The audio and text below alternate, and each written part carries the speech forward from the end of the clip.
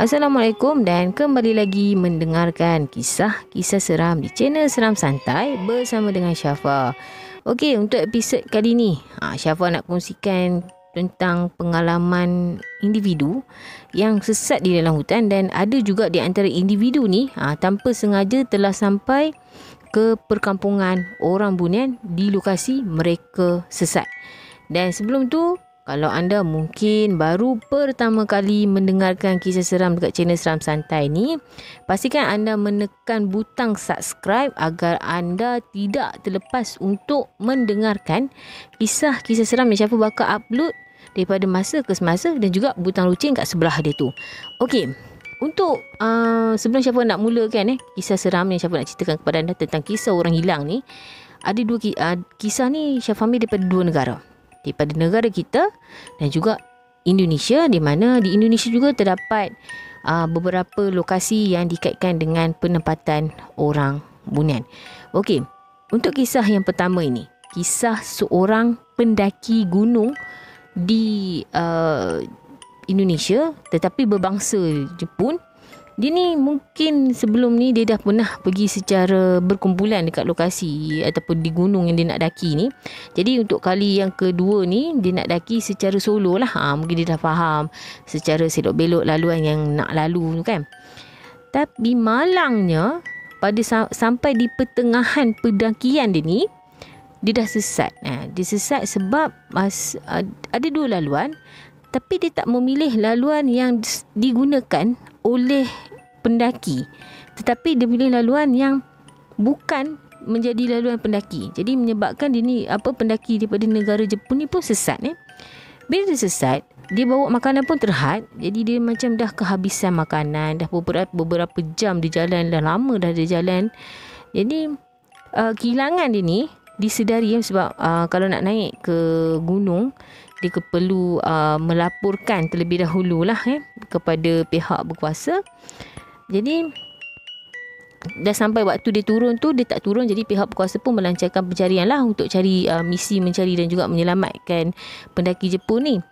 Tapi masa pendaki Jepun ni berada dekat atas gunung tu, dia sampai dekat satu lokasi, dia berehat.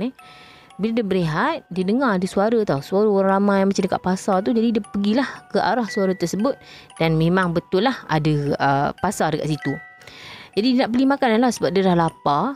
Dia nak beli makanan, tapi malangnya orang tu, kiranya orang Bunian lah kan, yang jual makanan tu tak nampak dia.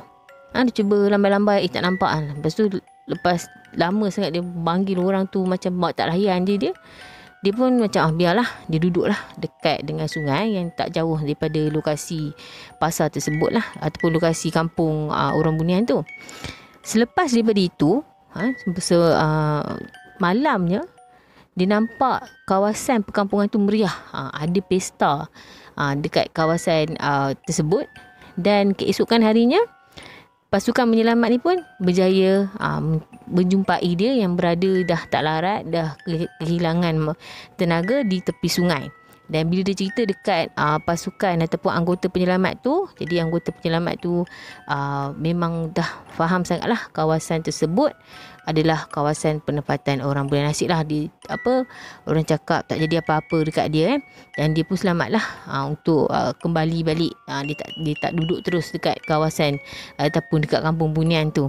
Okey, untuk kisah yang kedua, kisah tentang seorang anggota tentera di Indonesia, di Riau, Indonesia, yang terlibat dalam misi memadamkan api sebuah kebakaran hutan di Riau. Dan kemudian salah seorang anggota tentera ni telah hilang masa proses pemadaman api tu. Jadi kehilangan anggota tentera ni disedari lepas mereka nak kira jumlah anggota tentera mereka selepas selesai waktu bertugas, tapi tak cukup. Jumlah anggota tak cukup. Jadi proses ataupun misi mencari dan menyelamat pun dilancarkan. Dan selain pada membabitkan anggota daripada pihak berkuasa, dia juga membabitkan penduduk kampung. Dan seperti biasalah, perkhidmatan ataupun hikmat orang pandai dalam bidang alam gaib atau bidang paranormal ni turut digunakan. Dan menurut salah seorang mereka ni, orang yang pandai paranormal ni, bagi tahu bahawa anggota tentera ni telah dibawa ke satu pokok yang sangat tinggi dan dia berada di atas pokok tersebut. Okey, selepas beberapa hari, lebih kurang 7 hari macam tu, mayat ataupun jenazah anggota tentera ni ditemui di kawasan ataupun di pokok di mana tempat anggota tentera ni ditugaskan untuk memadamkan api, dan jenazah dia ni ditemui dalam keadaan melecur seluruh badan dalam keadaan yang sangat teruk. Bila kita sebut kes kehilangan ni, pernah terjadi satu kes kehilangan di Gunung Jerai sekitar tahun 2000. Kes. Mungkin ada yang pernah dengar kejadian ni. Masa tu macam biasa, tak ada, orang cakap tak ada media sosial lagi pada masa tu. Okey, sekitar tahun 2000, dan pemuda ni berusia lebih 20-an dikatakan hilang dekat kawasan air terjun yang dikatakan kawasan tersebut adalah kawasan penempatan ataupun kawasan yang sering digunakan oleh puteri bunian dekat atas tu untuk mandi. Jadi dia ni, pemuda ni dikatakan telah mengikut seorang puteri dan dia hilang. Misi mencari dia ni pun dilakukan. Okay, bila lakukan, mereka lalu dekat lokasi tempat dia cari, dekat tempat yang dia dikesan hilang tu, tapi tak jumpa. Selepas daripada beberapa hari, mereka menjumpai mayat dia ni, jenazah pemuda ni, di lokasi tempat dia dilaporkan hilang, tapi dalam keadaan yang menggerikan. Jadi siapa tak naklah cakap menggerikan tu macam mana. Dan macam kita tengok dia macam yang kisah anggota tentera tu cari kat kawasan tu tak ada. Bila lepas beberapa hari jumpa. Macam tu juga kisah dengan pemuda yang hilang dekat atas Gunung Jerai ni. Cari tak jumpa kat lokasi tu, tiba-tiba selepas beberapa hari jumpa. Itu macam lebih kurang je kejadian dia ni. Macam maksudnya kat sini kiranya pandangan mata orang-orang yang mencari tu umpama setelah orang cakap ditutup ke ataupun dihalang pandangan ke, Allahualam lah, Allah je yang tahu. Okey, kalau anda ni ada Instagram, okey, boleh follow Instagram Seram Santai. Kalau ada Facebook, boleh like page Seram Santai. Okey, kalau tadi lokasi di Kedah, kali ni siapa nak kongsikan juga di Kedah juga berlaku pemuda hilang juga. Lelaki juga hilang. Jarang kisah orang perempuan hilang ni. Okey, kisah pemuda hilang di kawasan perkelahan dan rekreasi. Okey, kawasan ni siapa dah pernah pergi? Selepas beberapa bulan kejadian kehilangan seorang pemuda yang dikatakan dia pergi jogging petang dah, masa tu dah 6 lebih dah, maksudnya dah nak masuk waktu maghrib. Dia pergi jogging kat kawasan tu dan dia hilang. Dan mestilah bila hilang, cari tak jumpa.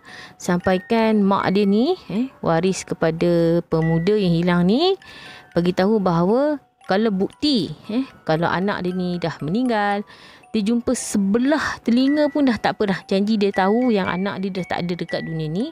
Dan kisah ni orang cakap sampai sekarang lah pemuda ni tak ditemui. Dan siapa pernah sampai ke lokasi tersebut, dan siapa tak tahu, mungkin dia ni kawasan dia masa siapa pergi tu, okey, kawasan dia trek tu okey.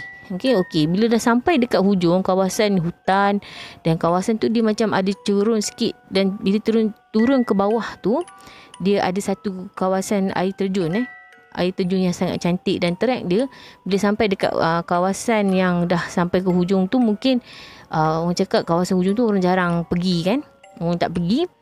Dia punya trek tu tak ada. Lepas trek tu ada macam ada batu-batu tu, orang cakap batu yang jalan tu. Tapi bila sampai dekat kawasan tu hanya tanah je, dia tak letak trek lah. Jadi maksudnya mungkin siapa yang pergi jogging kat kawasan tu, bila sampai dekat situ diminta untuk berpatah balik lah.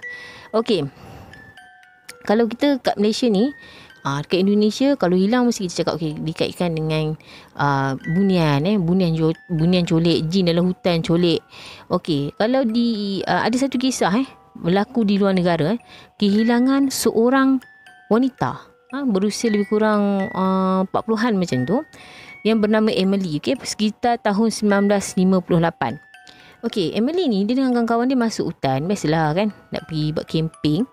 Bila nak masuk dalam hutan, Emily ni digambarkan sebagai seorang yang berbadan gempal dan dia ni ada penyakit penyakit dia tak boleh itu yang menyebabkan dia ni berjalan secara perlahan-lahan. Bila jalan perlahan-lahan, tapi masa tengah jalan tu tiba-tiba Emily ni hilang daripada pandangan mata kawan-kawan dia. Jadi bila dia hilang, mereka pun mula-mula kawan-kawan dia ni cari dah. Dulu kan mungkin dia sesat ke, pergi ke tersesat ataupun tersasar daripada laluan, tapi tak jumpa. Jadi mereka pun laporlah pada pihak berkuasa dan proses ataupun misi mencari dilancarkan. Tapi malangnya Emily tidak dijumpai sehinggalah ke hari ini. Jadi anda rasa kalau dekat Malaysia ni hilang dikaitkan dengan bunian, tapi Emily ni dihilang, siapa yang colek dia? Mungkin macam Syafa rasa mungkin dia ni terjatuh dan orang tak nampak dia, mungkin dia jatuh tempat yang agak tersorok ataupun tak tahulah. Apa pandangan anda tentang kehilangan Emily? Cuba tulis dekat ruang komen, siapa nak tengok. Okey. Di Indonesia menurut dukun-dukun kat sana, jika seseorang tu masuk ke kawasan ataupun perkampungan orang bunian dan dia masuk, dia sesat tu, masa dia sesat tu dia diberikan 3 jenis nasi. Okey. Nasi putih, nasi kuning dan juga nasi hitam. Apa perbezaan dia? Okey, kalau yang sesat tu makan nasi putih dan juga nasi kuning, dia akan berada ataupun dia hilang tu lebih kurang 7 hingga ke 10 hari, kemudian dia dah boleh balik. Dia akan jumpa jalan keluar ataupun dia dibenarkan peluang dibenarkan balik, macam itulah. Okey. Kalau dia makan nasi hitam, itu menyebabkan seseorang tu kalau dia makan nasi hitam, dia akan duduk berada lebih lama dekat alam bunian ataupun di kawasan perkampungan tersebut lah. Dan jika masa tu adalah masih hilang tu, dekat tubuh badan dia ni ada jam ke, ada cincin ke, itu sangat berharga dekat sana. Maksudnya mungkin dapat beli makanan ataupun sebagainya lah dekat kawasan perkampungan bunian. Itu antara yang dikatakan oleh orang bijak pandai dalam bidang paranormal ni di Indonesia. Okey. Ada satu kisah yang mana ada seorang pakcik ni, cerita ni dah lama. Ada seorang seorang pakcik ni, dia cerita kat Syafa. Dia bagi tahu bahawa ada seorang lelaki telah sesat ni masuk ke dalam ataupun ke kawasan perkampungan orang bunian di utara. Kemudian masa dia pergi ke alam sampai ke perkampungan tersebut, kemudian masa nak balik tu, orang kampung tu menghadiahkan dia beberapa kunyit hidup yang kita guna untuk masak masak rendang tu. Dan bila dia balik, pakcik tu balik ke rumah, pakcik tu letaklah kunyit yang diberikan oleh orang bunian ni di atas di atas alang. Bila beberapa hari selepas tu dia nak tengok lah, mungkin dia nak buang lah, dah banyak hari kan, kunyit hidup tu ada kat atas tu.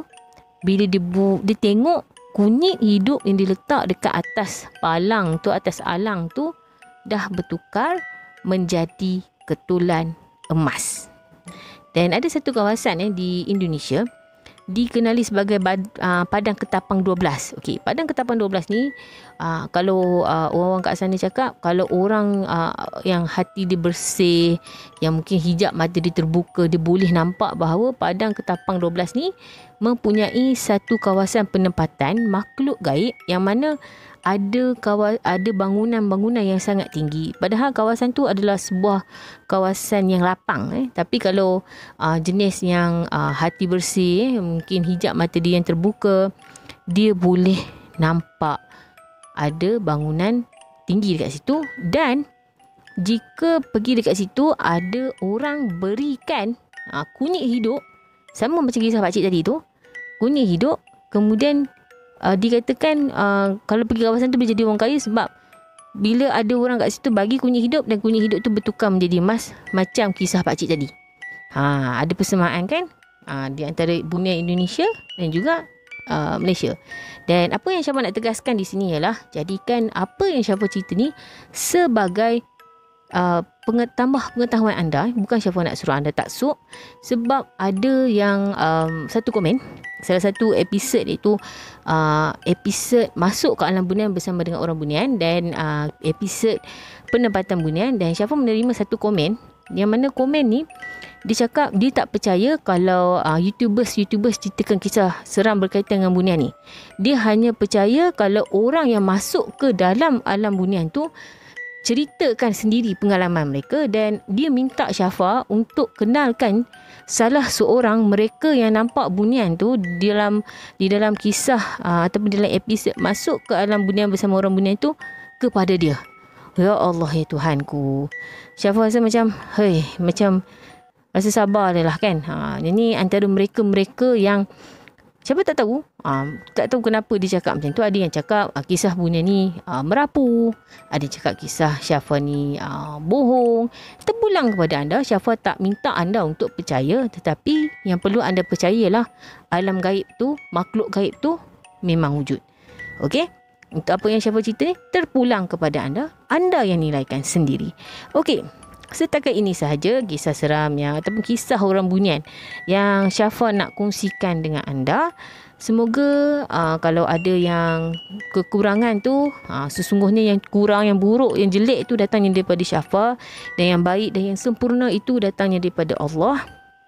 Sehingga kita bertemu lagi dalam episod Seram Santai yang akan datang. Syafa mendoakan anda sentiasa dilindungi oleh Allah daripada gangguan manusia, iblis, syaitan dan juga jin. Dan juga dilindungi anda dan juga keluarga anda dilindungi daripada penyakit kronik ataupun penyakit yang berbahaya. Anda diperbanyakkan rezeki, dimurahkan rezeki dan dipermudahkan rezeki, serta jika anda masih lagi mempunyai ibu bapa mertua, Syafa mendoakan semoga mereka diberikan kesihatan yang baik, umur yang panjang agar anda boleh lagi berbakti kepada mereka. Assalamualaikum warahmatullahi wabarakatuh.